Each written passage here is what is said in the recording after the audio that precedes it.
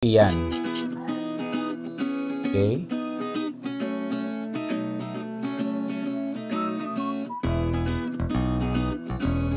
Welcome back to another episode of the Lutong Lukaan. Ang lulutuin natin ngayon, ito yung tinatawag ko na ampalaya con carne. Pero merong twist is overload ampalaya con carne. Ready na kayo? Tara! Samahan nyo ako sa Lutong Lokal. Magluto na tayo! Spoon of our adobo seasoning. Tablespoon of paprika.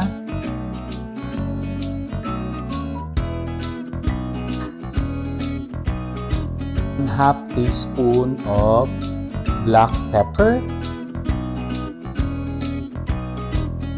Mix the ingredients. We will cut this into half. Kakat ko siya into half. Ito, itatap natin ng paper towel. Nagamit ko pambutas.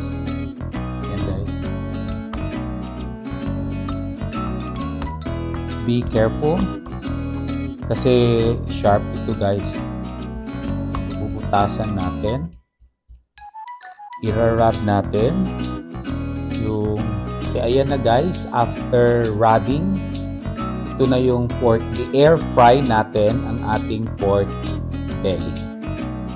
So ito guys, ang aking instant Voltex Plus air fryer. Then ilalagay natin sa loob. Isi-set natin ng 250 degrees Fahrenheit 8 minutes. Okay, hit natin start.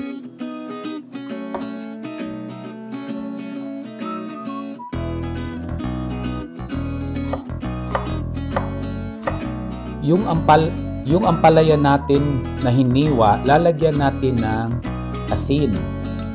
And then ngayon hahaluin natin. Hihiwain natin ng pahaba na maliliit. Yan. Okay, ito na ang ating pork belly na hiniwa natin na maliliit na pahaba. Lang guys, at saka manipis. Ayan guys, ang ating sibuyas. So, ikakat lang natin ng maliliit. Is ang ating 4 na ahos. Tomatoes. Yan ang ating kamatis. Lagay natin ang ating kawali. Canola oil. Lagyan natin ng kunting mantika ang ating kawali. Sibuyas. I-adjust natin ang ating, lagay natin ang ating karning baboy.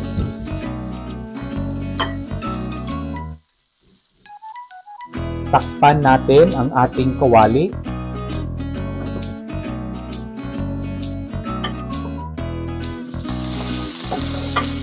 After 5 minutes guys, ito na ang ating karne ngayon.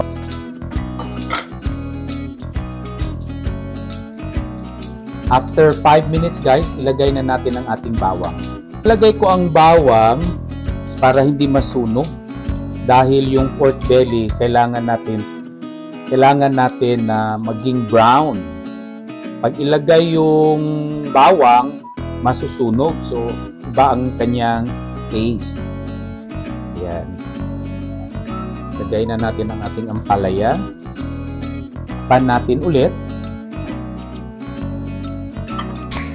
This time, ilagay na natin ang ating red na kamatis.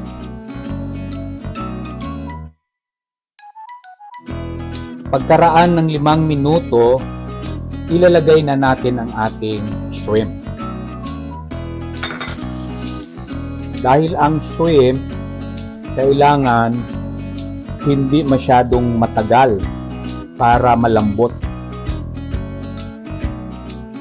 Ang shrimp natin, kailangan sandali lang ang pagkaluto.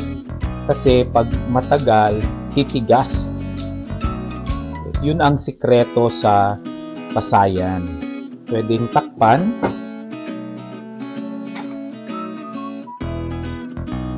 Okay, ngayon, pagkaraan ng 3 minuto, ito na ngayon ang mukha ng ating overload ampalaya con carne. Yan. So, lalagyan na natin ngayon, ilalagay na natin ang ating salted shrimp. Kaya hindi na ako naglalagay ng asin guys dahil ang salted shrimp maalat. Ayan, haluin natin. Huwag natin kalimutan ang ating 1 teaspoon brown sugar. Ayan. To balance the taste of our salted shrimp.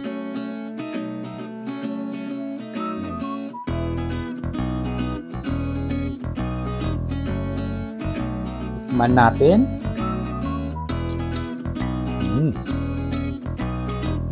Dagdagan ko pa ng asukal.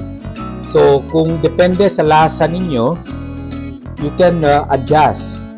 Then, lalagay natin ang ating spring onions. Ayan.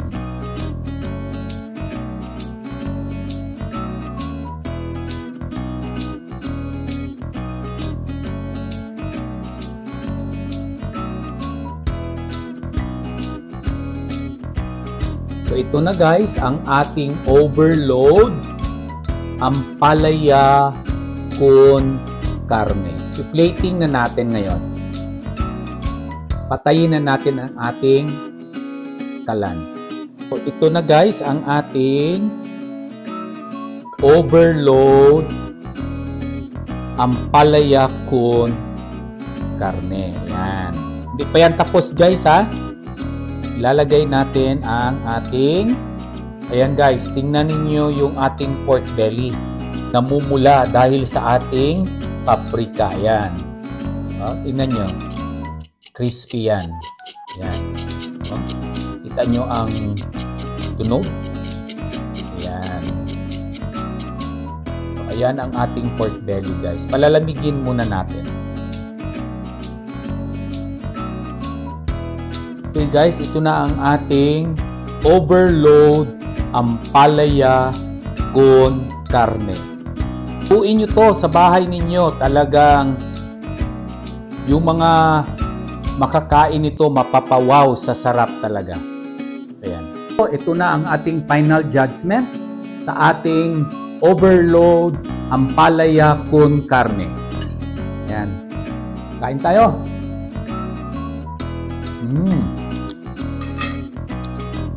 Sarap. Ang maganda dito guys kasi nilagyan natin ng dark brown sugar. So yung ampalaya hindi bitter dahil meron siyang manamis-namis at the same time hindi natin nilagyan ng asin, hindi maalat.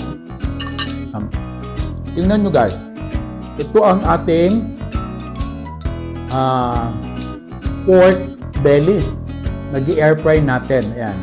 Malambot, juicy, masarap dahil sa ang daming adobo seasoning, di ba? Nalalagay natin with paprika.